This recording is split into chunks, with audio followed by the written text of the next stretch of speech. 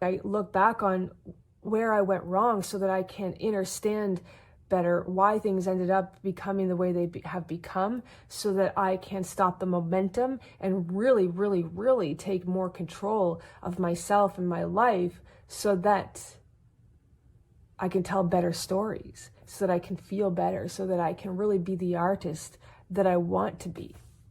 So looking back, I see where I went wrong, and I was too afraid to turn pro, too afraid to take the shot. Too afraid to take the shot. Like in basketball, I was really good at ball handling in basketball, but I was always too afraid to take the shot because I didn't want to miss. And I had a terrible shot. But I was really good at like getting the ball down into the post so that they could take the shot.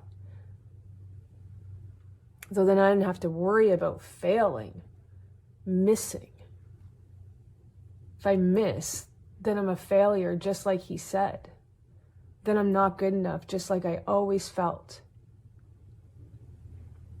So the problem with that, though, is if you're never taking the shot, you're never really practicing the shot process. And there's a process, from where we position the ball and how we place our hands to how we fully extend, and really maintaining the follow through long enough so that you keep the energy connected to the ball and into the hoop so that you actually land the shot. But if you're never practicing that, then you're never going to get the feeling of it. So you're never going to know, what you really got to do to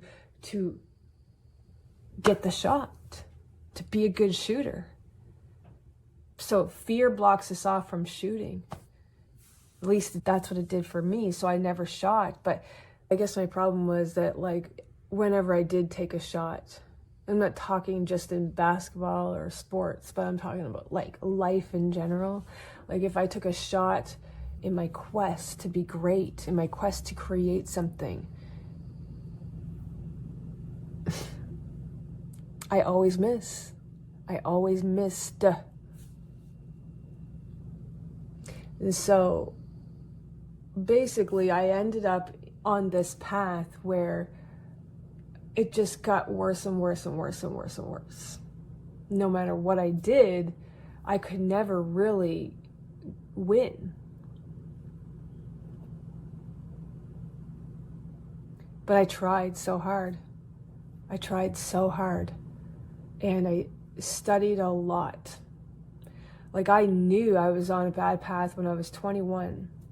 And that's when my research into psychology, and I guess we can umbrella it under the category of self-mastery, and there's a lot of categories within that, but I went on this quest to save myself in a way, because I knew there was no one going to save me. There was no thing going to save me. There's nothing out there that was going to help me with what I had inside of me, which was so much grief and so much pain and so much fear and so much insecurity.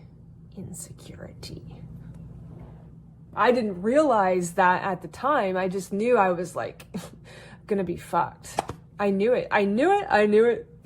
So the quest began at a very young age, where I realized I had this monster that had infected me my whole life thus far. And it was like the venom started circulating through my veins and coming out in ways that I wasn't prepared for, because now I was an adult trying to do life. And life is designed to keep us suppressed and disempowered, and it kills the artist. I wanted to go to art school. It didn't work out. Why? I wasn't good enough. And I wasn't ready. So I didn't go. I went in an entirely different direction. And that direction, it had value. I guess. But if I had pursued the artist from the start, then things would have been better and I wouldn't have got so lost. And so basically I started off in adulthood with a lot of shit, And then things didn't get better. So the worse it got, the more shitty experiences I ended up encountering. And the more shitty experiences we encounter, the more heartbreak we experience, the more resistance we experience, the more frustration we experience. And the more of those experiences we create and cultivate and collect, the heavier we get, the more resistance within we create. It just creates this vibration and this way of being that is very suffocating and very distorted, very contrasting ends of the stick. And that's how we end up getting sick. That's how we end up in even worser situations. And you know what ends up happening? We die. You die with regret. You die with unfinished business. You die never getting what you came for. And I think regardless of who you are, what we came for was to really experience ourself and to learn about love. But it's really hard to do that in a world that, you know, hides the truth. So it's not surprising that we all end up into this cycle. And it's hard to get out of it. It's really hard to break the programming. And well, once you get down a place of darkness, the older you get, the deeper into it you get. And so when I ended up getting sick with cancer, I decided to pursue the quest of self-love because I didn't believe in the cancer treatment and I didn't want to die feeling the way I felt. I didn't even know what I meant or understand what I was taking on. Like the pursuit to self-love was just something that I had come up with. I don't even know how or why, but when you're afraid to die, you also realize that you could very well die. You're willing to do things in a very different way because it wakes you up. I think it wakes up the heart, it wakes up the soul, and you start to remember who you are and what you came for. So anyway, I started doing the work, the inside work, and I started looking at myself like art. And so instead of studying other people or studying the skills of other things, I studied myself. And because I didn't know how else to find self-love. I mean, in the beginning, yeah, I was looking outside of myself, but it always left me disappointed. Other people are not going to help. They're just not. They're just not. I mean, maybe in some ways, but it's more like giving you information, but it's not the whole story. It's just a little piece. So it's up to you to collect the information, the data. So collecting the data on yourself, do that for a bit and see what happens. So that's what I did, and it's the hardest thing I've ever done.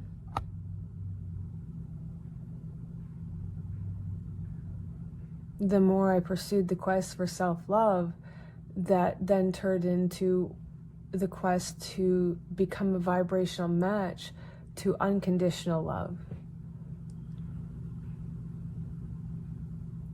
And the reason for that is so that I can be emotionally free, because I don't want to feel so out of control with my emotions. And I don't think that that's normal, or I don't think that's how it's supposed to be. But when you understand trauma programming, and when you understand what happens when a soul gets fractured due to trauma and stress that has been perpetuated over a long period of time, and if you can see the cracks in the heart, and you can see how it can cause someone to feel very fragmented. So you can feel, love or happy or excited about things. But if you're coming from a place of being heartbroken and fractured, then those emotions are going to be like level 10. And that's a very high, scattered place to be. And I don't think it's healthy. And feeling that way or being that way could be perceived to be to just being on the far end of the spectrum, and being too much into one way or one emotion is just draining. It's draining. The same thing is true if you're on the deep end of the spectrum of fear and frustration and worry, or like say you're angry. Being very angry is not healthy and doesn't always do us any good. But if you can do the work to raise your frequency and learn about yourself and understand all the stories that you experienced and how they made you feel and how they cause your effect to this day, thus understanding the shadows. When you understand them and you know them and you do the work to fill yourself up with stuff that feels good, you will create this alignment within your head and your heart and your soul, so that you create this unity where you're working together. Basically, what I've been doing with the Art Stories Project is documenting myself, getting to know myself, and taking my content and the documenting that I've done and putting it together in such a way that turns it into art, and creating this experience that helps me see myself, who I was, and the lessons I've learned. And so subsequently, what I have done is I have blended art mastery with self-mastery. And I've done the work to look at my heartbreaks and the stories that happened to me. And I did the work to understand them. And I also did the work to love them. And in that, I have been finding myself to be more emotionally free, because I don't have the same kind of perspective of myself and life and love and being human. Instead, I see things from a more neutral perspective. And I think that's really what unconditional love is, when you're just not on any extreme. You don't have to go there. Going there is a choice. It's a conditioning. It's usually the response of a trauma or something that's triggering. So when we get triggered, we flail. So, like, take for example, falling in love with someone. When we first meet someone, we can get really excited about it, and it can be very new, and you want to go pursue it, and you want to spend all this time with this new energy. But if you're not neutral in yourself, or if you're not in control, then you might just be so happy, over the top happy, and go like level 10 on this potential new relationship. But it wasn't actually a new relationship. It wasn't even anything. It wasn't the right person at all. But you aren't grounded. You aren't whole enough.